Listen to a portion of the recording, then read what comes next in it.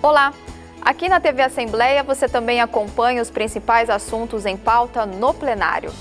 Vamos abordar temas que abrangem os mais diversos setores da nossa sociedade.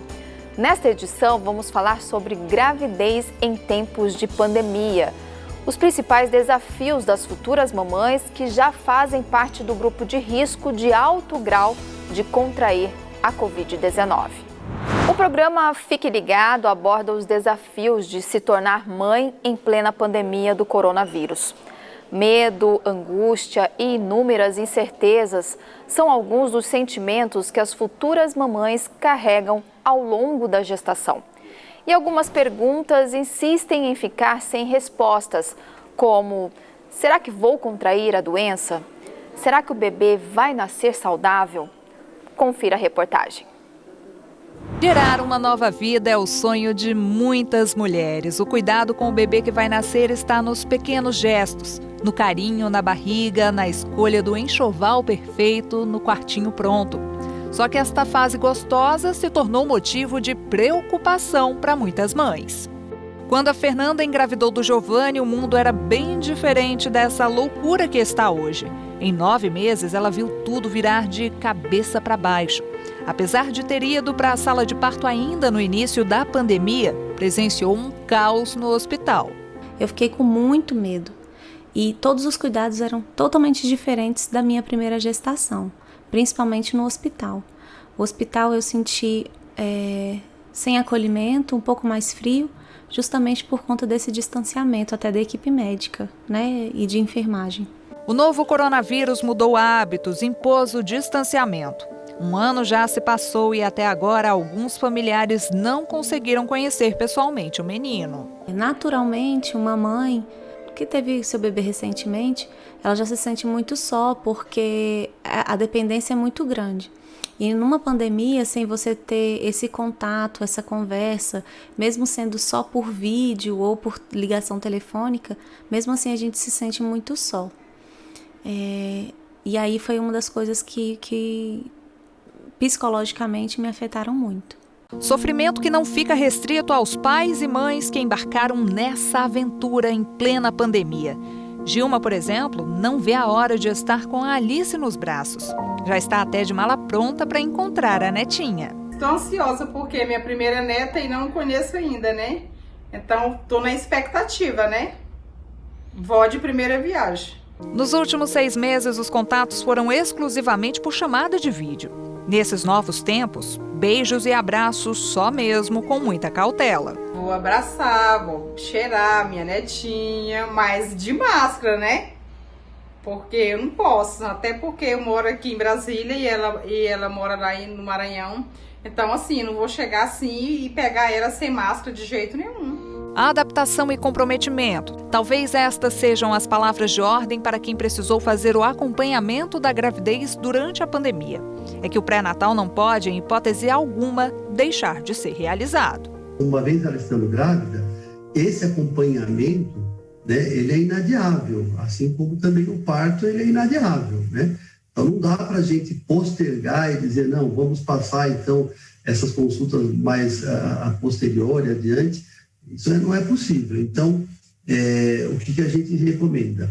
Que se tome alguns cuidados, né, no atendimento. Então, a gestante, como todas as outras pessoas, né, deve manter os cuidados, o uso de máscara adequada, os cuidados com álcool em gel, né? Mas o que é importante para quem presta o atendimento dessas gestantes, oferecer um local seguro, isso implica em espaçamento maior entre as consultas, né? Então, quer dizer, a gente evitar que haja aglomeração nas salas de espera.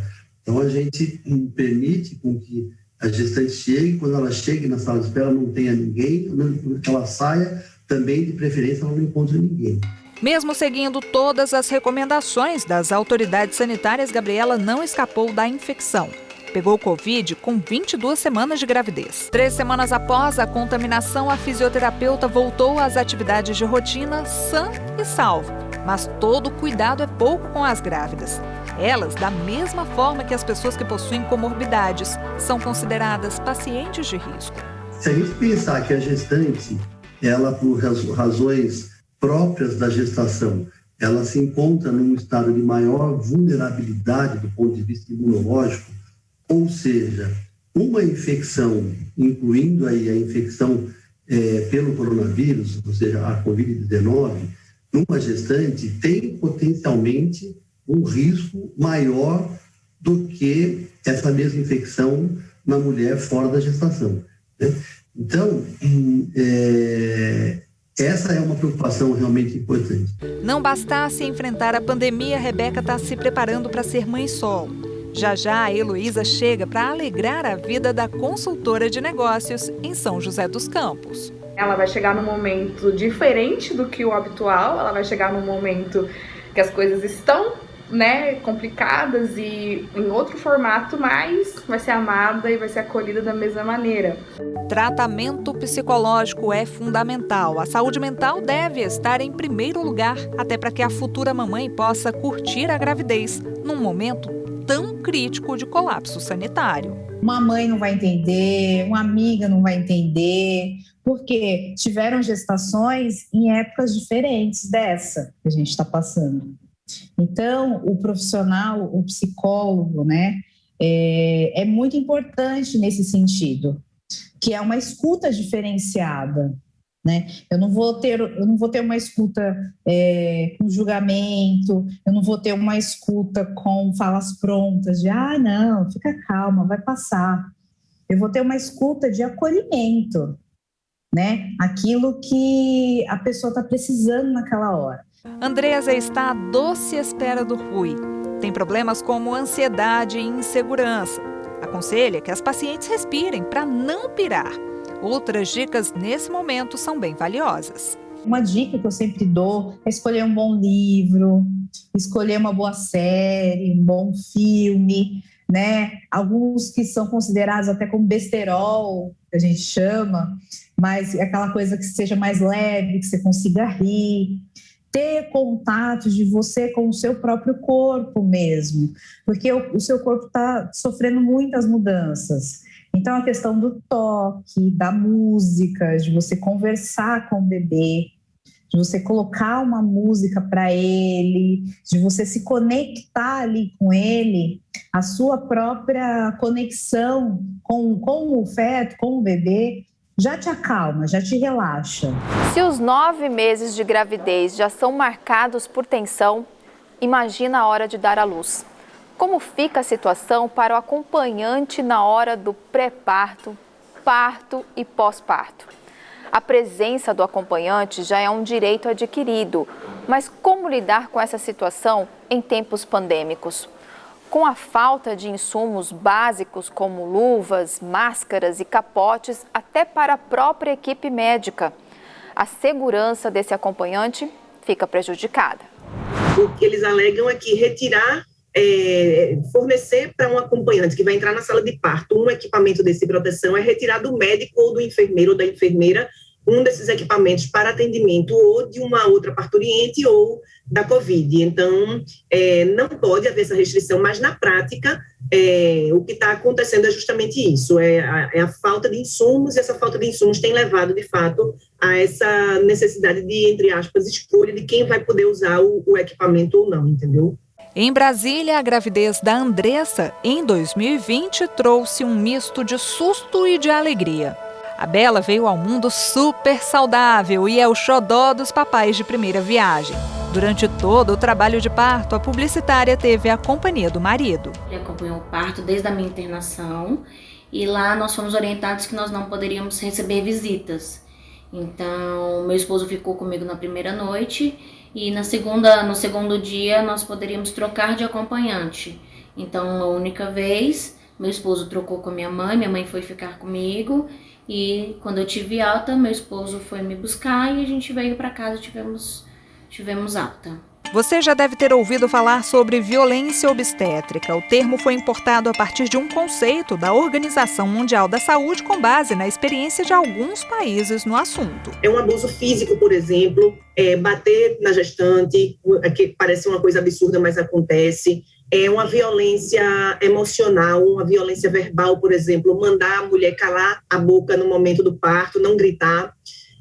Por exemplo, é um abuso sexual que acontece muitas vezes durante o parto, inclusive, discriminação contra a mulher com base em idade ou com base na própria etnia racial, enfim. Uma negligência, por exemplo, uma omissão no momento em que a mulher precisava de um determinado suporte e não teve.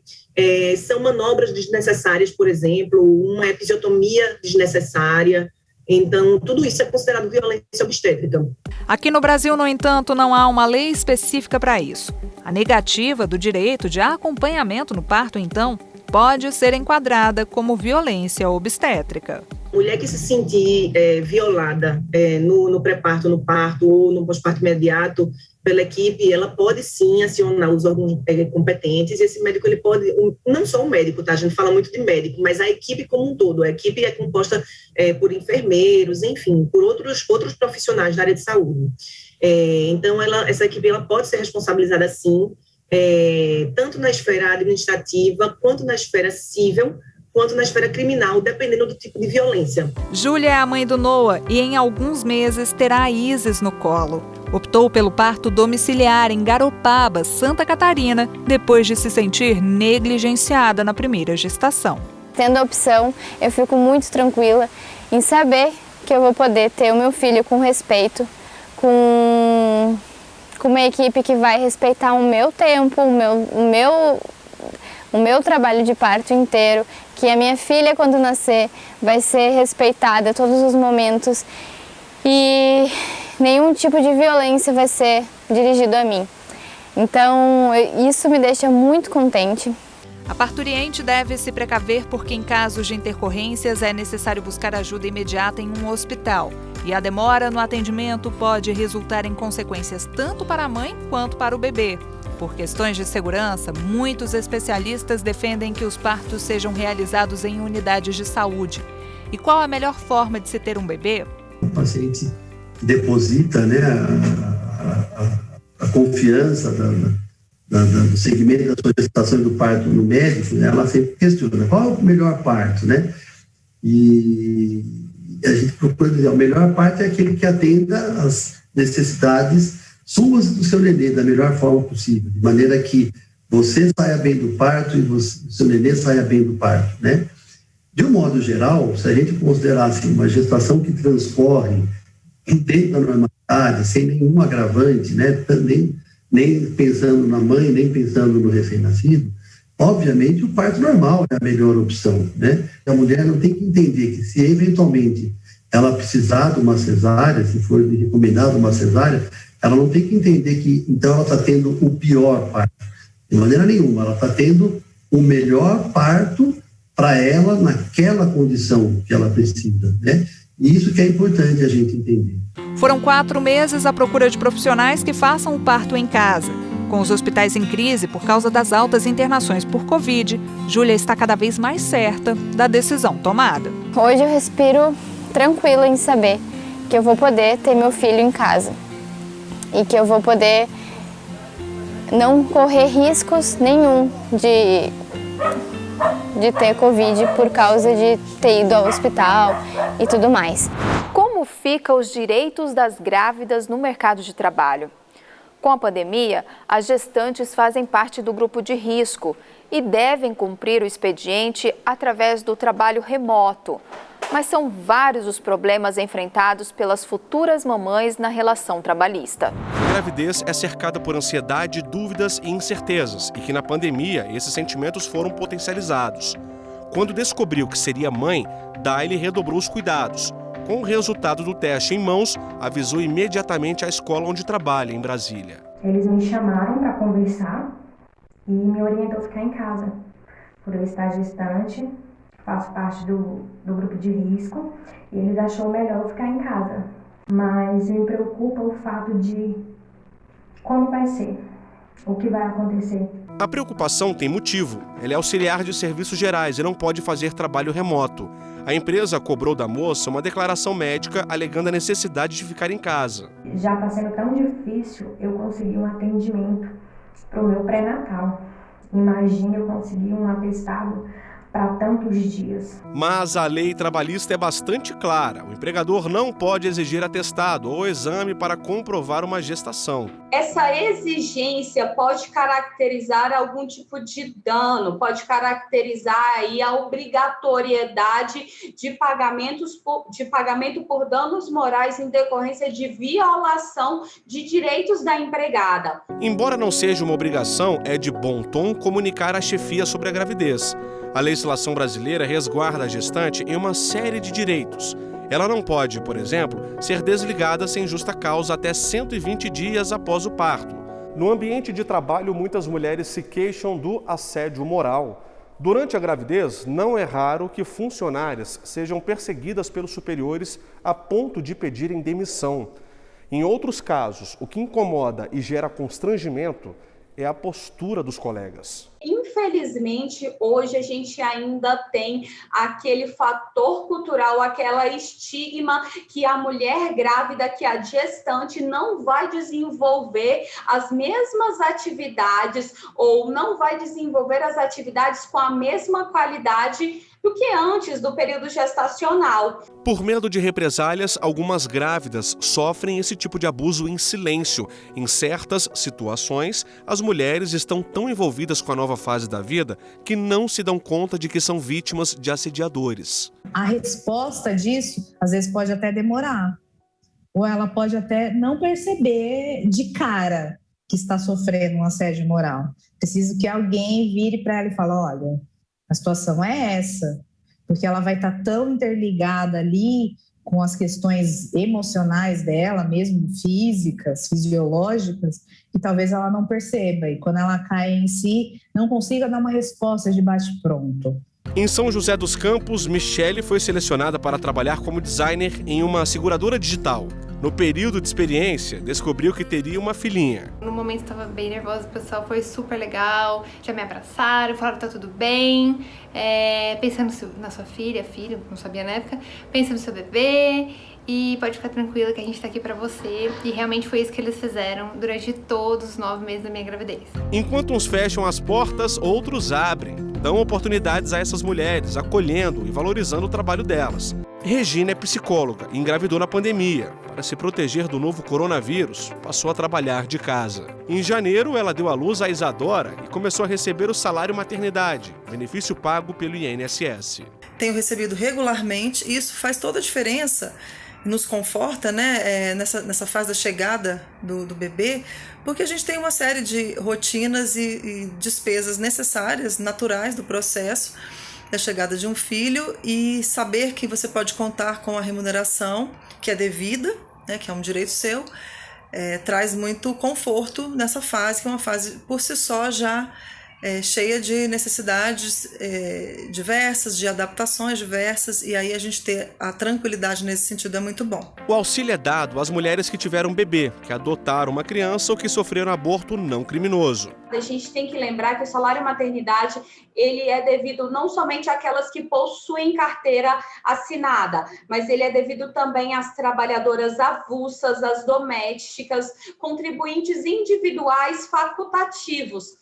Por quê? Porque você faz a contribuição ao INSS e ele vai arcar com esse benefício de salário maternidade que tem por objetivo a subsistência não só da mãe, mas também do bebê, do nascituro, nos meses subsequentes. Ainda falando sobre avanços e conquistas, em janeiro deste ano, o Supremo Tribunal Federal decidiu estender a licença maternidade para mães com filhos internados.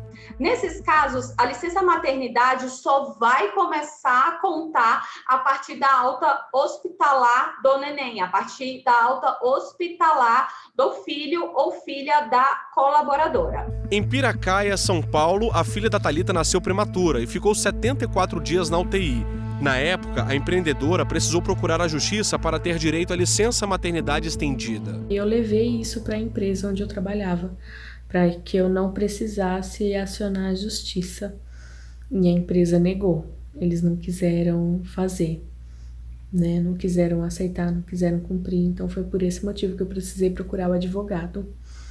E deu tudo certo. Então não foi bem aceito pela empresa.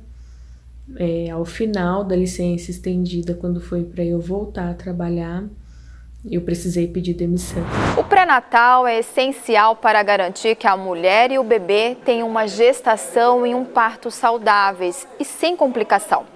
O acompanhamento através do pré-natal é uma forma de prevenção e diagnóstico precoce de doenças e problemas que no futuro podem se agravar. Acompanhe a reportagem. Uma gestação saudável depende de fatores como acompanhamento médico, dieta balanceada, corpo em movimento, boas noites de sono e emoções equilibradas. Em Brasília, Ana Gabriele segue todas as recomendações à risca. No começo das 6 semanas até as 20 eu treinava todos os dias. Hoje em dia eu estou movendo pelo menos 3 vezes na semana e tentando fazer caminhadas também, mas menos do que os treinos são mais regulares. A empresária começou o pré-natal no 2º mês de gravidez. A assistência permite o diagnóstico precoce de algumas doenças e é essencial para garantir a saúde da mãe e do bebê. A primeira coisa que eu fiz foi no fosso, para poder fazer o acompanhamento, o pré-natal, todas as ecografias, exames de rotina, exames de sangue e tudo que o médico passa. O momento é único na vida de toda mulher. Quem tem supervisão médica desde o início sente segurança e acolhimento. O pré-natal traz um efeito benéfico, As complicações são muito mais frequentes e graves nas mulheres que têm um pré-natal precário ou que não têm assistência pré-natal. Então, há uma série de patologias, uma série de complicações. A assistência pré-natal, ela reduz, o impacto dessas complicações. Apesar de ser uma situação normal, e a assistência pré-natal ser uma atitude preventiva, ela tem um impacto muito positivo, Em Rio Branco, no Acre, esta dona de casa não conseguiu começar o acompanhamento gestacional. Eu procurei a unidade de saúde 3 vezes. Aí, como fica longe da minha casa, fica ruim para mim estar indo a pé, porque eu fico muito cansada quando eu ando. E fora as dores que eu sinto. A gravidez de Francine é de risco. O pré-natal poderia proporcionar, por exemplo, um parto seguro. E essa não é a primeira vez que isso acontece. A história se repetiu nas 2 gestações anteriores. Todos 2 meus filhos são de 8 meses, nasceram com 8 meses. Quando completei 8 meses, fui bater na maternidade já para ganhar. É dever do Estado oferecer pré-natal. Toda gestante pode procurar a unidade de saúde mais próxima para dar início ao acompanhamento. O SUS deve disponibilizar uma caderneta informando os direitos básicos da grávida. Quando a gestante recebe essa caderneta, ela já recebe algumas informações a respeito do seu direito de ter um acompanhante na sala de parto ou no momento do parto, dependendo. Ela traz, por exemplo, o direito ao pré-natal, que toda gestante tem direito. Então, são consultas básicas que ela precisa ter. Entre os direitos estão exames de imagem de sangue e atendimento multidisciplinar. Isso fora o fornecimento de medicação. Ela tem direito de procurar, por exemplo, a Defensoria Pública para intentar uma ação contra o município ou o estado no momento em que ela precisa de um determinado medicamento e aquele medicamento não é fornecido para ela. Com certeza você já ouviu que grávida come por 2, mas para os nutricionistas o correto é dizer que uma grávida deve se alimentar 2 vezes melhor. O arroz branco tentar substituir pelo integral, os pães, bolos, biscoitos, reduzir esse consumo e estar sempre priorizando fontes com ingredientes integrais, Então, assim, a gente pode estar adaptando receitas. Uma das principais questões que eu sempre falo é preparar o próprio alimento. Refeições nutritivas e coloridas, com verduras, frutas e cereais, e a ingestão de muita água são dicas úteis para qualquer pessoa, mas para as gestantes, elas se tornam ainda mais valiosas. Além de estarmos promovendo saúde para aquele bebê e garantindo o adequado crescimento e desenvolvimento dele, através do líquido amniótico, o bebê também já vai conhecendo os sabores dos alimentos. Então, se a gente quer que aquela criança coma bem depois, no futuro, a gente já pode estar mostrando para ela os sabores das frutas, das verduras, dos legumes. No Paraná, Elisa está grávida pela 5ª vez. A empresária sempre cuidou bem da alimentação, só que agora os enjoos passaram a ser frequentes e as emoções estão à flor da pele. Eu fiquei muito desanimada, eu não estava mais sendo produtiva. comecei a largar um pouquinho de lado meus negócios, meus clientes, eu não tinha mais vontade de fazer nada. A irmã dela é terapeuta holística e percebeu que Elisa não estava bem. Ofereceu ajuda com um tratamento natural que busca o equilíbrio entre o corpo e a mente. Aquele atendimento ali me deu um ânimo muito grande. Eu comecei a perceber rápido assim a mudança, né? O quanto estava sendo produtivo para mim. Eu pensei, né? Realmente, até os sãos precisam de médico, né? Ou até o médico precisa um dia de um médico, porque eu, com todo o conhecimento que eu já tinha adquirido, né?